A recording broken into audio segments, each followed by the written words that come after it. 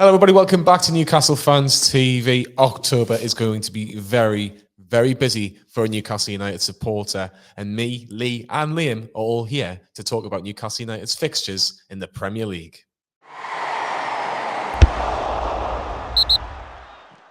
So yes, this video is sponsored by OneFootball. OneFootball will give us all the information in regards to Newcastle's 6 Premier League matches in October. As I've mentioned, it's going to be very, very busy. So to keep up to date, I'll get my words out, to keep up to date in regards to all the Premier League fixtures in October, make sure you download the OneFootball app. The link is in the description below. Liam Kerr, October is going to be very, very busy, and Newcastle United have a very, very difficult run of fixtures, in my opinion, towards the back end of October. But before we talk about that, it's 2 games against 2 different London oppositions. First up, Fulham away on the 1st of October, and then Brentford at home at St. James's Park. There's been conflicting theories in regards to these 2 games in particular, but how easy or how difficult do you think they will be for Newcastle? I think both games will probably be quite difficult because I think we are starting to hit a bit of an injury crisis. And I think a couple of players are out of form. We haven't really seen the best of Bruno so far for the games that he has played. And I just think we just need to start converting them draws into wins. But I do think we'll beat Fulham and Brentford. But I do think they'll be hard games. Lee, Fulham, Alexander Mitrovic, it's just written in the stars, isn't it? Well, he's got a bad record against us, so may that long continue. He started off fantastic well, as Liam said. Fulham started off well. I think Fulham so far look like the better of all the promoted sides. So has that surprised you? A little bit, because with Forest, I thought, well, then again, Forest might come good with all them signings, but Bournemouth hasn't surprised us. But Fulham started well, and you never know, they could be the ones that stay up. So, but if they keep him fit, I think he's capable of getting you 10 goals at least, and he started off really well. But it's you know what you get from. We've had him on the books. He's a brute striker. Who are you going to stick on him? You probably want a Dan Burn or a Sven Bottom on him because you want Fabian Schär not have that responsibility. So it'll be interesting. Do you think, though, Lee, that Newcastle United going into this game against Fulham should be expecting a win, expecting to draw the game? Do you think is when you look at last season, you look at these games, well, you can almost expect it to lose, if we're being honest. A draw would be a really good result, but the mindset has changed. Eddie Howe has changed the mindset at Newcastle United. Do you think he'll go into this game thinking the worst we need to be getting is a draw? Agree. You've got to get at least a point to promote inside, the way I look at it. Fulham will probably match us in terms of playing against us. What I mean by that is playing football, like good football. So it'll be an interesting. We don't. I know we won 4-0, but apart from the 4-0 victory, we don't have a great record down the years at Craven Cottage. So be an interesting game. But the expectation is there. I'm going to go down there. I expect Newcastle, the very worst case scenario, to come away with a point. But I don't want to be labelled Draw Castle, because that's what we are at the minute. Draw Castle United. Who would have thought it? But Liam, moving on to the game at St. James's Park, Ivan Toney. It's written in the stars, isn't it? Yeah, I think both of them are obviously got former players against them. And I think obviously Ivan Toney's in the England squad. I don't think he played a couple of days ago, so that might give him a confidence boost that he's playing for England. But I think it's going to be an interesting one because he's obviously wants to show what we missed out on. And I think he even said himself when he was getting interviewed about Newcastle, saying, I don't think he was in the right head space. I think he was just too young. But I think it could be an interesting game. I don't think Brentford are as good as what they were last season. I think they've been pretty much the same, but they've won a few, lost a few. But the wins against Manchester United, Leeds United, but they obviously lost that game at Arsenal. Going back into what you said about Ivan Toney, if I said to you, I'll give you a magic wand, if you could either have Ivan Toney or Alexander Mitrovic back in a Newcastle shirt this season, who would you have? I think Ivan Toney. Why? I think Mitrovic is just so much of a red card risk. Especially the time he was at Newcastle, I think he got like 3 red cards in his first 3 games or something stupid like that. And I think you just need consistent performers. And you don't need someone that's angry and going to get 10 off. And because you're going to be down to 10 men in this league, it's not going to be the easiest for you. Ivan Toney. I think Ivan Toney proved it last year he could score in the Premier League. I think you could even mention Adam Armstrong out of another one as well. But I think out of the three, Ivan Toney's the best striker. I agree. I was just going to say, do you agree? Because I think in this system, I think Ivan Toney, however it wants to be pronounced, I think he would flourish in this system. But when you spend that money on Alexander Isak, you want him to flourish. Do you think he can get the better of a Brentford side who aren't going to be afraid coming up to St James's Park? They've taken on better teams over the last 12 months and got some good results. Like that game against Manchester United 4-0 at the start of the season was an eye opener. Probably more the fact that Man United got beat so heavily, but Brentford was superb that day. You got to remember they put 3 past St James's Park. Ivan Toney scored, and Dollar didn't help himself. But I agree. I think Toney. I think in this system we've already had him back, and I said on the channel years ago I wouldn't want rid of him when he kept going out in lower leagues. I said this is a talent that Newcastle have, and we sold him on, and obviously we've got a profit to sell on value and etc., which is great. But look, he's now in the England squad now, and I think he's in the mould similar to Wilson's, probably the nearest striker that we've got. But his hat-trick the other week was a sensational hat-trick, 3 different types of goals, especially the lob was fantastic. So I would have him back in a heartbeat. It's competition. Get rid of Chris Wood and replace him with Toney. There you can. Yeah, it'll be really, really interesting to see how much though would you pay for? Oh, that's exactly what I was going to say. That's the thing. You probably, because Brentford will probably want 40 plus. I wouldn't pay that, but if it was lower, I would have him back in a heartbeat. But how much is lower? I wouldn't pay more than 30 million because for me, he's got to be Toney. Because for me, he's got to get 10, 15 goals. That's what he did last season. And how many of them were penalties? Still 6 goals. or 7 of them. Still goals. And but you could take a penalty and score. You know what I Well, mean? I know that, but still, goal's a goal at the end. A goal's a goal, exactly. So fucking hell, pick on Lee Knight. It's an interesting debate. Get your comments in. Who would you take back if you had a magic wand? Would you rather have Toney or Mitrovic? We haven't really talked about the fact that Mitrovic just started like a house on fire this season for Fulham.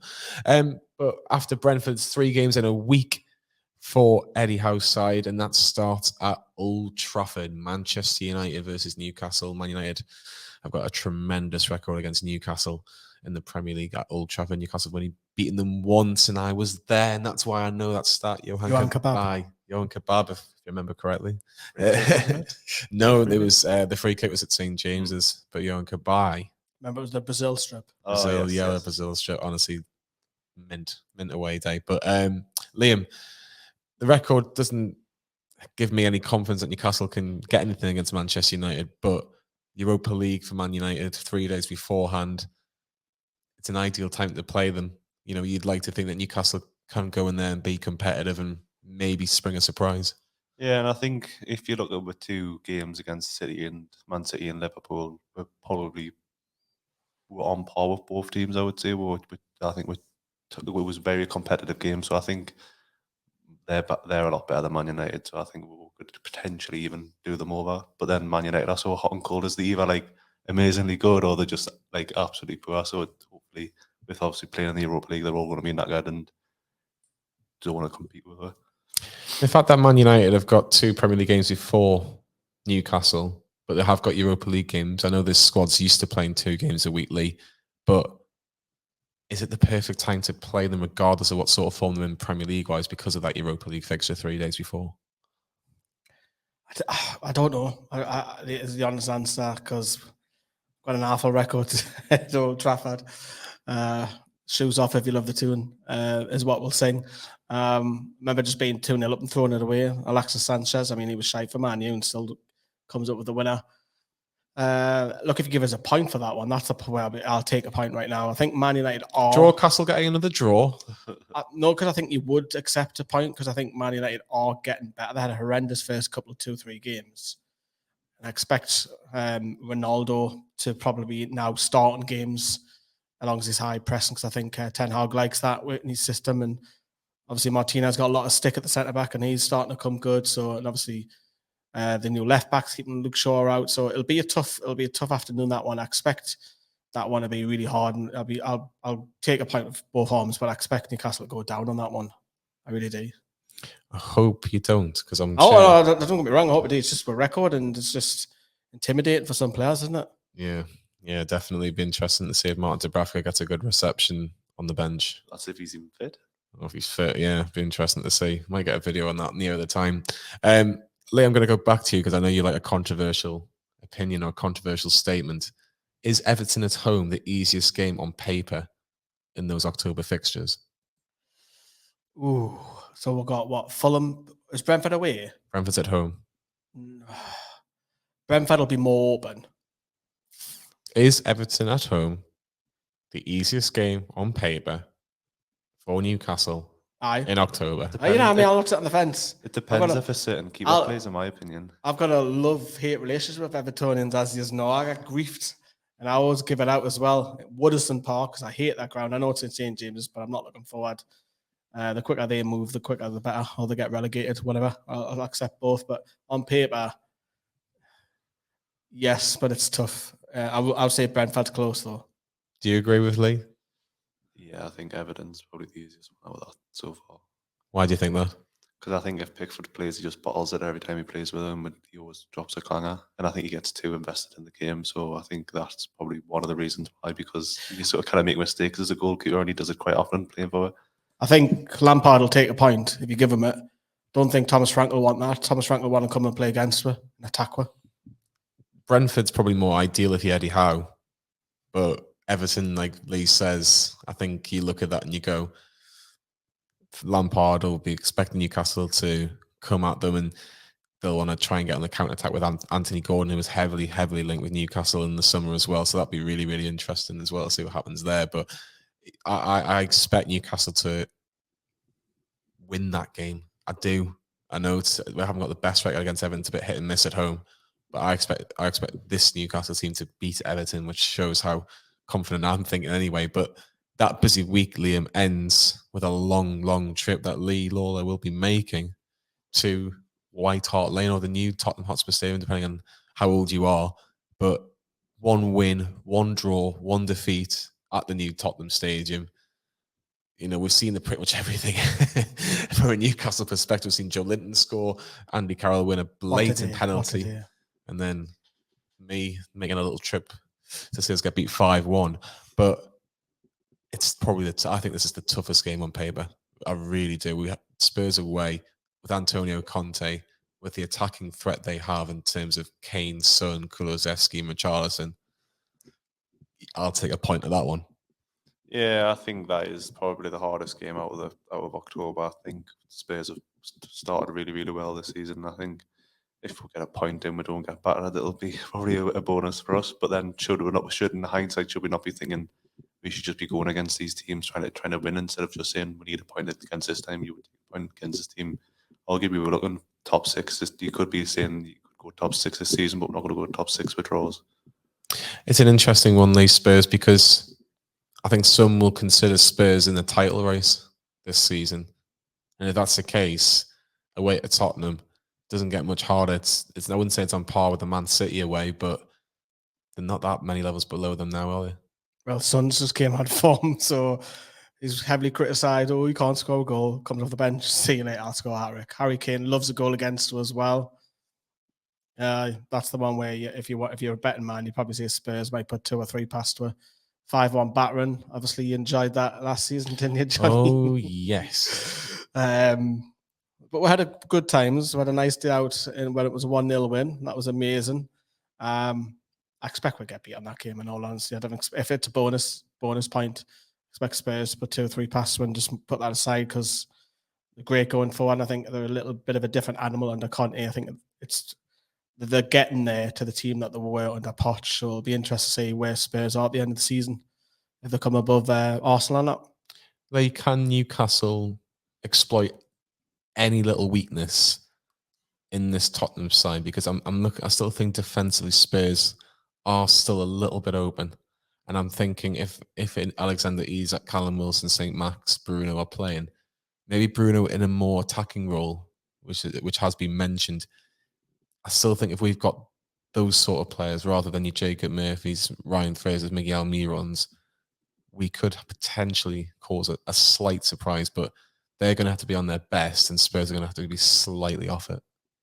I think fullbacks is also, I don't think they're defensively that great either. So you could look at set pieces, you could split the defence. I think Callum Wilson and Isak would be itching to start. You never know. Just start Isak, Callum Wilson together. You could do, or you could put him out wide. I'm not keen on him going wide. I have said that, but VAR came in. Remember Andy Carroll's? That wasn't a penalty. Let's face it. Against Eric Dyer, Stonewall. it was definitely not a penalty because it hit the back of his hand, and this is not where he is. That could come into effect. I'm sure that'll be on every Newcastle fan's mind. VAR going forward now, we've been screwed over, but I still expect Spurs to beat. That is probably the most difficult game, but the last game of the month. It should be a really entertaining game, actually. Normally through the years, it is an entertaining game. And from a Newcastle perspective, Newcastle got a tremendous record, Liam, against Aston Villa, 29th of October, last game of the month. After, like I say, the busy month and with the 5 games previous against Steven Gerrard's Aston Villa. Again, difficult game, competitive game. But I don't think it will be a competitive game.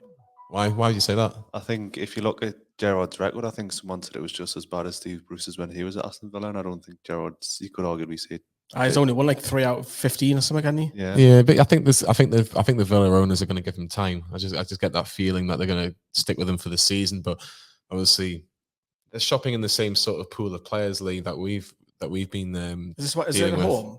Is that St James's? Yeah, it's at St James at the end of the month, but. Obviously, I'm thinking that they obviously haven't got Diego Carlos. I don't know. That could be on par with Everton because Villa at home, we've got a good record. We have got a good record. I hate Villa fans. I fucking hate the bastards. I'm sorry, like I do. I just think for me, Villa are still better than Everton. In terms, if you put Villa's best 11 against Everton's best 11. Regardless, I think you can argue for or against either Lampard or Gerrard, who's the better manager. It's like the player. Either. Lampard, Gerrard, who's the better player. Yeah, of course. I'd say Gerrard in terms of the player, but in terms of the manager, in terms of the 2 teams that they've got, I think Aston Villa are a better team than Everton. When you put Aston Villa's best 11 to Everton's best 11, I think Villa beat Everton 2-1 at the start of the season. So I know you could throw that into the conversation, Lee, but I was kind of going back to the pool of players. Should Newcastle and Aston Villa be targeting the same pool of players under the current investment and ownership that we have? Kind of, I think, because we haven't gone crackers, and because I think they're being clever with FFP, and I think they're waiting for that funding aid deal to also end next season as well, because that'll be a whole new revenue of commercial coming in. So they've been clever, they've been smart. We've talked about that on the channel loads of times. So I think at the moment, yes, and you'd probably say maybe Leicester in there as well. I know Leicester, Brendan Rodgers hasn't been given the money, but if they were spending, it'd be the same player that they're going for. I think Leicester are better at finding talent than any other team in the Premier League in terms of value for money. The record in the last 10, 15 years is sensational, but it's the same. And I expect, likes of Brighton, Leicester, Villa to some extent, and us to be 8th, 9th, 10th, 11th. So be an interesting one, but I just hate Villa fans. Yeah, exactly. I think all the stuff with the relegation and everything like that, and yeah, I think a lot of Newcastle fans don't enjoy Aston Villa doing well. But going to the actual game itself, regardless of how well Newcastle are playing in those few games, is there one particular player, in your opinion, Liam, that should do well in these games? Is there one player you expect if they're involved, they're going to do well in most games or in every game, or do you feel like it's more of a team collective? Well, you could say the last couple of years we've just solely relied on our saint-maximin to get through the games, but I think now we've got a core of players, a good core of players, where you can say it's not just going to be a burden on one player. And I think if you've got ASM, Isaac, Wilson, Bruno fit, them four players will just dominate the game. I think they could dominate most teams like that were playing in October. Would Aston Villa fear Newcastle right now? I think everyone should fear Newcastle. I think Go on, lame lad. I think off what we've done to Man City and Liverpool is that we got unlucky with Liverpool because obviously the ref, and we got unlucky with Man City because it's Man City and Haaland. And I think most teams are scared to win. I think that's probably why we're getting draws, is because everyone's so hard to break down. They're just sitting 10 men behind the ball and just saying, you play for us, and then they'll just counter it.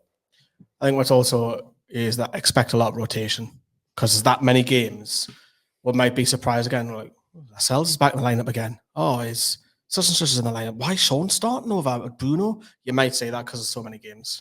There is a gap, though, between the Spurs game and the Villa game in 6 days. So that obviously is a little bit better in terms of the fact that we haven't got 3 games a week in that week. But I do take your points. Before we finish this video, I'm going to quickly run through the games as what we've mentioned, and I just want a points tally from you. So Liam, I'll start with you. Fulham first off at Craven Cottage next Saturday. 3 points. Lee? I'll say 3. Brentford at home, Liam? 3 points. Lee? Draw. 6-4 at the minute. Man United away, Lee? I think we'll get beat, unfortunately, there. Liam? Beat as well, unfortunately. Oh, he's a pathetic, the pair of you.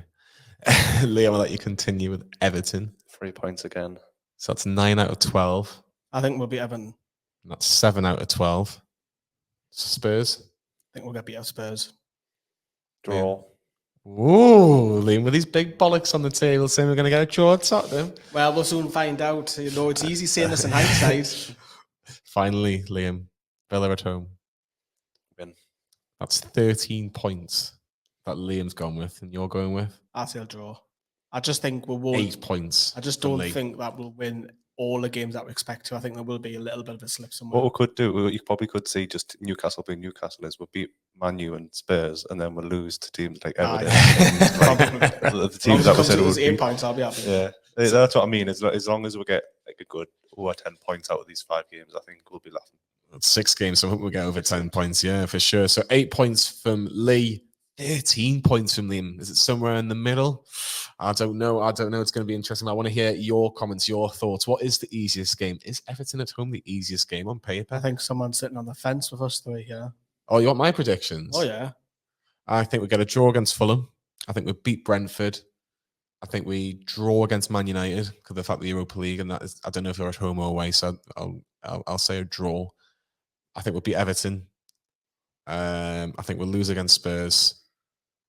And I think we'll beat Villa. That's 11. Just. That's 11. So I'll go 11 points. I think it'll be close against Villa because I think they've got some good players, especially in midfield. They'll do like Sir John McGinn, Jacob Ramsey. And I hope I'm wrong.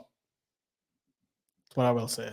Exactly. So 8 points from Lee, 11 points from me, 13 points from Liam. Who do you agree with? Who do you disagree with? It's going to be a very, very busy month. So make sure you keep watching Newcastle Fans TV. Like and subscribe to the channel, and we'll see you all very soon.